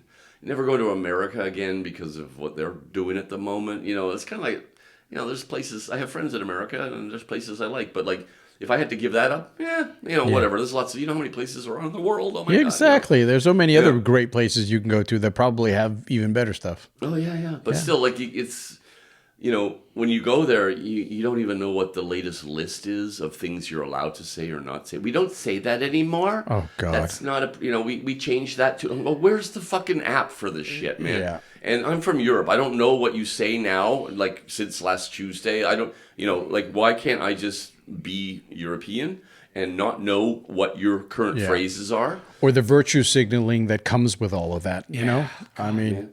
That's why they're so divided, is that they can't agree on fucking words, let alone race and, guns and everything else, right? God damn it. Yeah. Yeah. I mean, it is, again, one of those things where a lot of people have been saying that it is a sign that a civilization is dying, like Rome is burning now, when we're fighting about words. Mm-hmm. Yeah. I mean... I do a bit where I love the pronouns they, them, because then I can use my southern accent and go, "Them's is stupid." Them's is stupid. Them's is stupid. You hear what they say over there? Yeah, these folks, they're pretty special. It's a little bit of a thing. I asked my daughter again, like, anybody identifying as they and them, like in Danish? And she's going, yeah, there was one in one class and stuff. And I said, everybody agreed with that? Yeah, everybody was Denmark. They went, yeah, okay, fine. Yeah. But it's not a real thing, It's not like it is in the States, right? Yeah, but the Danes are cool with that because it's, hey, man, you do you. Yeah. Just leave me alone. Yeah. And for us that are the Gen Xers and older, it's just that we're just glad that we don't have to be a part of that. Leave us to be feral as we were. Yeah. And then, and we're not really the target group for all of that. And I mean, and it's the media that gives us the small, no worse, about a conflict, about a person getting the terms wrong, and then having a conflict about that where it's mostly like, you need to wind down a bit. Yeah. Sir, ma'am, they, them, whatever. You're okay. You're a bit tightly wound, and that's basically it. That's where in the States, everything in their culture, right? Whatever they, what's that joke? What's the difference between yogurt and America, the United States of America? If you leave yogurt alone for 200 years, it will develop a culture. Yeah. Yeah. Right. I love that one. I'm here all week. Please tip your waitress. Don't tip your waitress because this is Scandinavia. We don't tip. All right. Yeah, I don't understand tipping. It's another American culture, just like school shootings, that I don't understand. Yeah. like you're an employer. You don't pay your employees enough, so you're asking me to help you pay for your fucking employees as well as me paying money to eat your food. It seems weird. Yeah. It's like a declaration of economic bankruptcy when you can't run a business and the customers have to supplement you. Exactly. I mean, okay, what about strippers? I mean, they live but they don't get a fixed. Well, I mean, I wonder if there'd be if a Danish strip joint would say, well, we'll give you a fixed pay and then everything else is provisionary. Okay, so on that note, like, Canada has like a very, unionized kind of culture, right? Like we do in Scandinavia. The strippers are union? I don't know if they're unionized, but there is, and there's oh my God, long stories about why I know this, but I am intrigued. I lived with strippers once when I was young in Vancouver. That doesn't surprise me. Yeah, I was renting a room. Oh yeah, of course. No, seriously, I was renting a room for this older woman, and her daughter was a stripper, and her daughter's daughter was a stripper. And I lived in a whole home of strippers, and her mother used to be a stripper. They were fucking amazing humans. And I was like 19. It was just like, I'm living with a stripper. This is so cool. All of your friends were fucking jealous. Yeah. And the daughter, like the granddaughter was, like just a year older than me. So that's whatever. Yeah, there's a lot of boy hormones going on there. But anyway, no, but Canada has systemized it. So there's, a wage, right? If you're going to do a night of stripping, boom, this is what you get. Tips, fine, if you earn more than that. But you're paid a respectable wage for what is literally, a creative art form, right? Exactly, like... There's probably people who will discuss that, but never mind that. It's a respected thing in Canada, and so there's literally like some sort of a minimum that you have to pay. Exactly. Right? Instead of banning something, then fucking tax it. Yeah. I mean, that's the way to go. Yeah. And that leads me to the next one. Why the hell hasn't Denmark legalized cannabis, for example? I mean, a country that was the first to legalize porn, and they have been first movers on homosexuality and stuff like that. Second in the world to legalize same-sex marriage. Yeah. Exactly. And so why are we stopping at this fucking lovely kolot? Yeah. This plant, I mean, it baffles me sometimes that we get stuck on that one. But dude, there's a workaround. Of course there is. There's always a workaround. I discovered this in Florida a few years ago, visiting family, and cannabis is not legal in Florida. No. And my niece, she's like 45. Weird family, so I have a niece who's 45. But he said, "Oh, I want to go down and get some edibles." I'm going, "It's not legal in Florida, dude." He's going, "Oh yeah, just not cannabis." I'm going, "What are you talking about?" I knew nothing. And we drove down to like this massive store filled with all the goodness, like liquid form, edibles. Just not in the bud form. No, not even that. No, wait for it, buddy. And I'm going, how is this legal? Like, what the fuck is going on? And he's a super cool dude. And he said, cannabis plant is one plant. And then there's the hemp plant. Oh. And he says, so they can extract from the hemp plant the same kind of drugs, right? The THC? Yeah, the THC and all that. And cannabis is kind of locked into being cannabis. I'm really not giving you a good scientific explanation here. No. Google it, bitch. Will do. So cannabis is kind of locked into being cannabis. Yeah. But this hemp plant extracts, it has different forms. Okay. There's Delta 9, Delta 8, Delta 10, Delta 11. And that is legal. And a little bit more freestyle in the States, but in Europe, it was also legal. And then whatever the THC something was, that we're banning that. Yeah. And so they can go into the lab and change like one little fucking component of it. Yeah. They go, it's not that anymore. Now it's TH10. Oh. And then there's this whole bureaucratic, world that has to go in and ban that. Yeah, so they have to go through the cycle all over again. And then they ban that, and they're going, oh, now it's TH11. Like, and apparently they can continue ad libitum. Like, it's the cat and mouse thing. Totally. And so the point of this story is that I found this website like 3 months ago in Czechia that sells it. Okay. So I buy edibles and that have the same effect as cannabis edibles. And on their website, they're like, it's legal. And they have a really cool explainer about what I just explained to you. Oh, awesome. How they're playing cat and mouse. But our lab guys, they figured out the new one because that one got banned. And so like it says, we're in the long game here, bitches. Oh, that's amazing. Yeah, and I think Luxembourg is planning to be the first country in Europe to legalize it fully. Cannabis. Cannabis, right? And their minister in charge of that, he said, like, we encourage all the countries around us, Belgium, France, and Germany, and the rest of Europe to do the same. Germany's working on it too. They have like a weird one. Yeah, they've like liberalized it a lot in some way. Yeah, and decriminalized it, like Amsterdam. But Amsterdam has also, if you dive into the Amsterdam part, it's really weird. Yeah, because there's all these weird different catch-22s with the whole thing, especially if you're a supplier of it and how much you're allowed to transport. It's just. There's a dark, complicated side to Amsterdam. Also, I'm just old school. I just want pot. Yeah, me too. Want, like a plant. I don't want to get sent to the moon. Yeah, like I don't eat skunk and all that. Oh, dude. God, no. Jesus. And hash too. They put you to sleep. That's like the main problem with Denmark is that, like, they talk about, we have to legalize hash.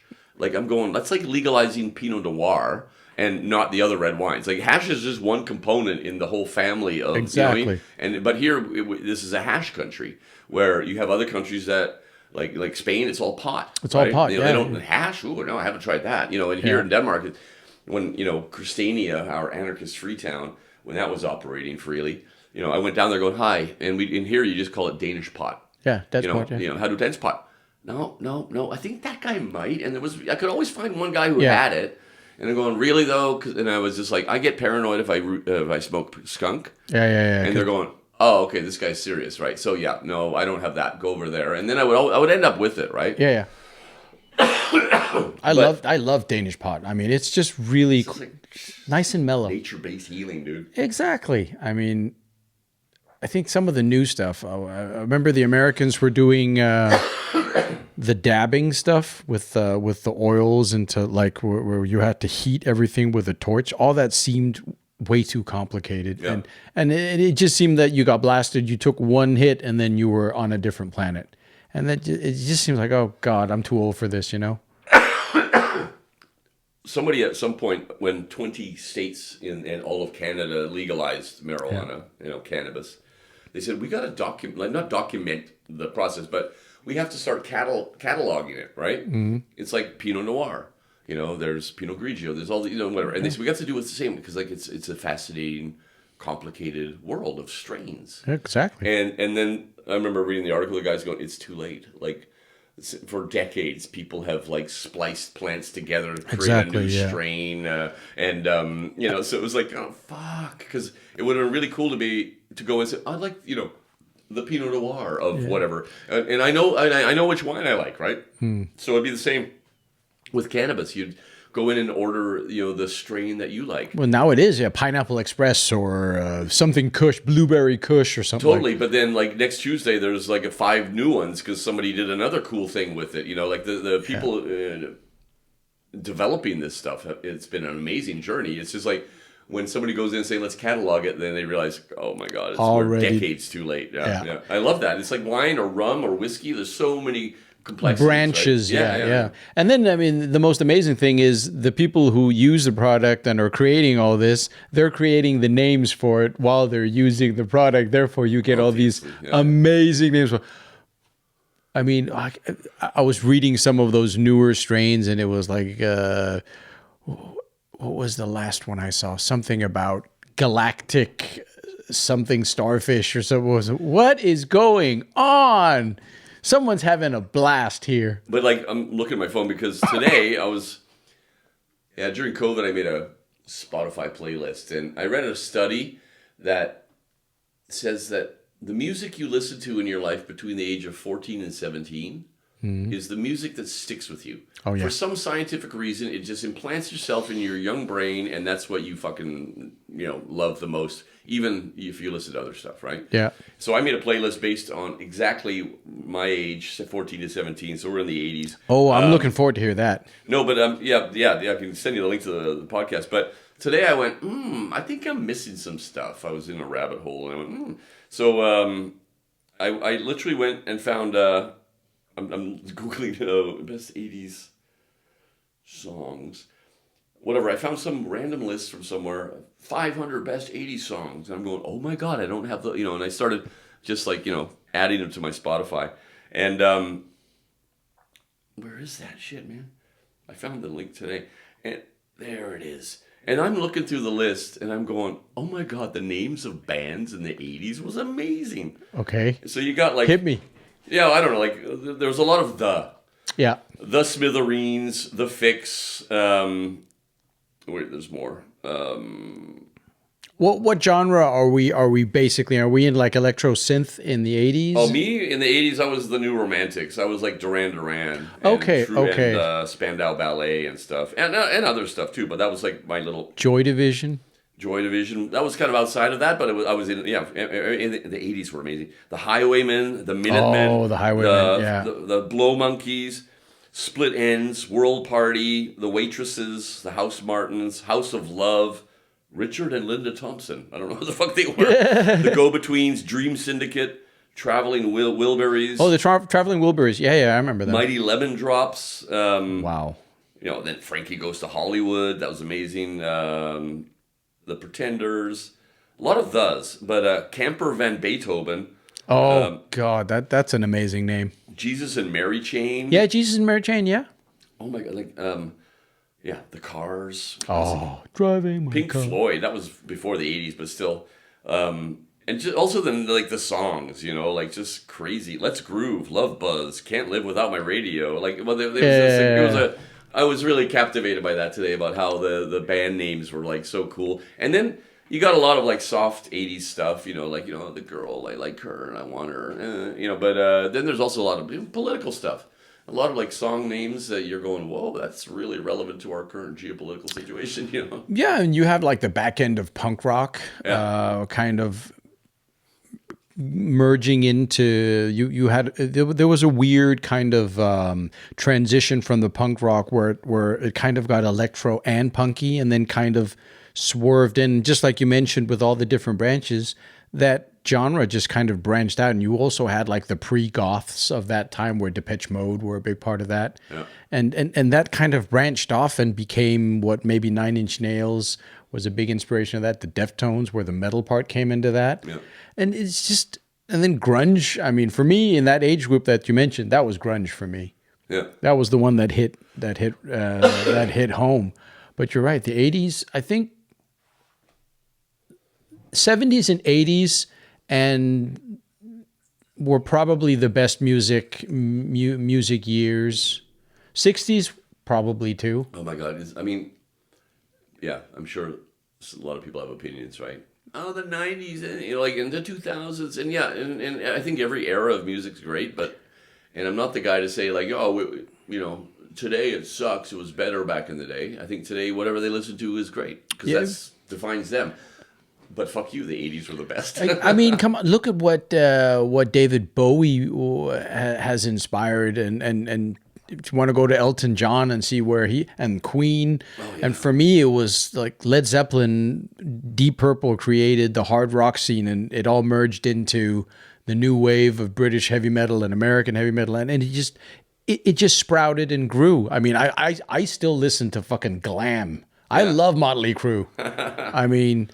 But the 80s were great because you have your Duran Duran. Yeah. Her name is Rio and she dances. And then you on the radio was Twisted Sister right after that. Or White Snake. White Snake, and then you're bouncing back to fucking Spandau Ballet. Yeah. It was amazing, a mix of genres.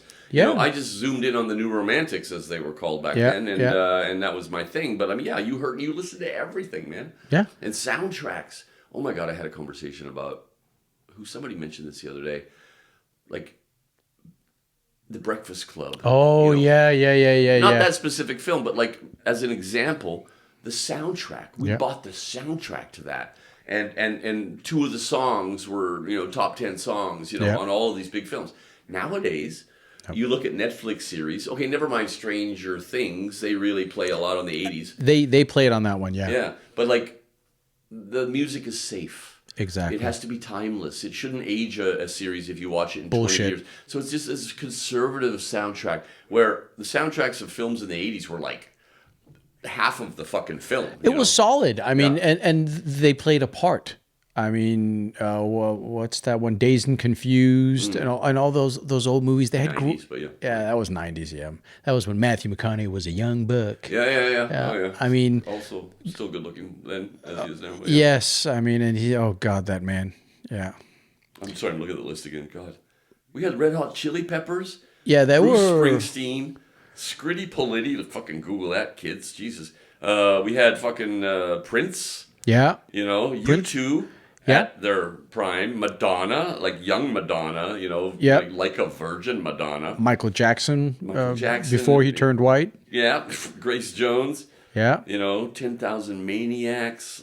Bob Marley was active, Depeche Mode, Pink Floyd. Roxy Music. Fucking, dude, when you look at the 80s, it was insane. Frankie Goes to Hollywood. Yeah. The Pogues. Oh, the Pogues. Oh, man. They're that old. Cool in the Gang. Was Sonic Youth from the 80s? Yeah. Jesus, they were. I mean, they might have been before and after, but like that was like listing one of their songs from the 80s. Oh, okay, yeah. But yeah, like what a and then it was radio, so yeah. You're just like the shit you listened to in the course of an afternoon on the radio was like all over town, man. It was amazing. And you could go on different radio stations that catered to all the different types of taste. Oh yeah. And we've become so consumer minded that Spotify is you can pick an album from whatever time, listen to 3 songs and just forget about it forever. Yeah. Instead of going down to the record store, buying a record, a CD or a cassette tape. I was more into cassettes because my dad was, he wanted to get the newest, so it was cassettes and CDs and then his vinyl collection just kind of just stayed somewhere there and he never had the record player going. But going to get that cassette or the CD was a journey in itself. Oh, yeah. And the anticipation. And in Denmark in the old days, you could go into Total or whatever, and then you could go to get the CD, go up, and there'd be a listening station where you could sit there and scroll through the songs. Oh, yeah. Totally. That was amazing. Oh, making mixtapes for girls. Oh, yeah. And buying singles. But like the mixtape, man, the stress of that. Because you're just recording it off the radio illegally, probably. Yes. And then you're waiting for the song to end, and you know the song, and you press stop. Right? Yeah. And then you wait for the next song, and you press play, and so you're always missing like the first fucking chords and lyrics. Fuck, yeah. And then you made the mixtape and gave it to the girl or the guy you liked, Yeah, but because now you don't send somebody your Spotify playlist. Maybe some people do, but it's lost it. The CD burning, that was the last mixtape. Yeah. Because there were a lot of that type of mixtape. But CD burning was like so much more easy, It was, yeah. There was no effort. It was effort. There was time involved, but no effort, right? The mixtapes on cassettes, that you had to want that so bad to make a mixtape for that girl you really fancied. Oh my god! Yeah. Or transferring from vinyl to cassette. Yeah, that was a rough one too. Yeah, my parents were like frugal, so they, I never got any kind of cool gear like all the other kids did. I was stuck on vinyl for a long time, but at some point prices dropped and it became accessible, and then cassette player, right? But and my parents also used one, so. Yeah, they also got on but yeah, a bit late on that one for me in my life, but yeah. But, when all the other kids are like already on cassettes and you're going, fuck, I'm still on vinyl. That's so stupid. And now it's like, fuck, I'm still on Spotify. I need vinyl now. Yeah. See, history is doomed to repeat itself. Totally. And we've gone on almost 2 hours now. What? Yeah, man. The actual... Yeah, exactly. That means that it was a fun time. Well, where can people find you? In your apartment. Oh, you mean generally, not just now? Where can they find your material? Because when they hear this, it will be later than it is now. Oh, just like in Spaceball. Now is now. Uh-huh. Then was before. Whoa. Dude, That was an amazing scene, by the way. Yeah, totally. Gotta see that again. Jesus, yeah. Yeah, I don't know. Just Instagram. Fuck it. I'll post your Instagram. Like, are there any podcasts that they should look out for? Yeah, well, the 100 Things I'll Miss When I'm Dead is my little baby, unfinished baby, unborn baby. But yeah, and then I have my Urbanism podcast. It's on YouTube. Until You Told Me Today, you can upload shit free to Spotify, so I'm going to do that tomorrow probably. But yeah, my Urbanism podcast, if you're interested in cities and my philosophies and thinkings about that, you can add a link to that as well. Yeah, I will post all the links. And yeah, it's kind of like everything's just boiled down to Instagram at the moment. So podcast cool, but that's Instagram's my daily vibe. And it's been an absolute pleasure to go on every tangent that we could. This is amazing. I love it. I enjoyed myself thoroughly on this one, and even though we've gone for almost 2 hours, I feel that we could have probably gone on for a couple more. Like, what the fuck, dude? You kept looking at your phone, like, to check the time and stuff. No, it's and I'm going, for the recording. Yeah, but I know, but I'm kind of going, yeah, I know we're going long, right? And I'm thinking, this is a bit over an hour now, and you're telling me it's 2. Holy shit. Cool. Yeah, that's because we're having fun. Good luck with that shit, listeners. Only the brave will last to the end. It's because we don't give a fudge. But I also said that at the end, so they won't hear that. Oh, fuck, never mind. All right. Well, on that note... Edit that into the front. Okay. I will edit it. We always edit to the front. Well, say goodbye. Goodbye. Thanks for listening and watching. All right. And bam, bam.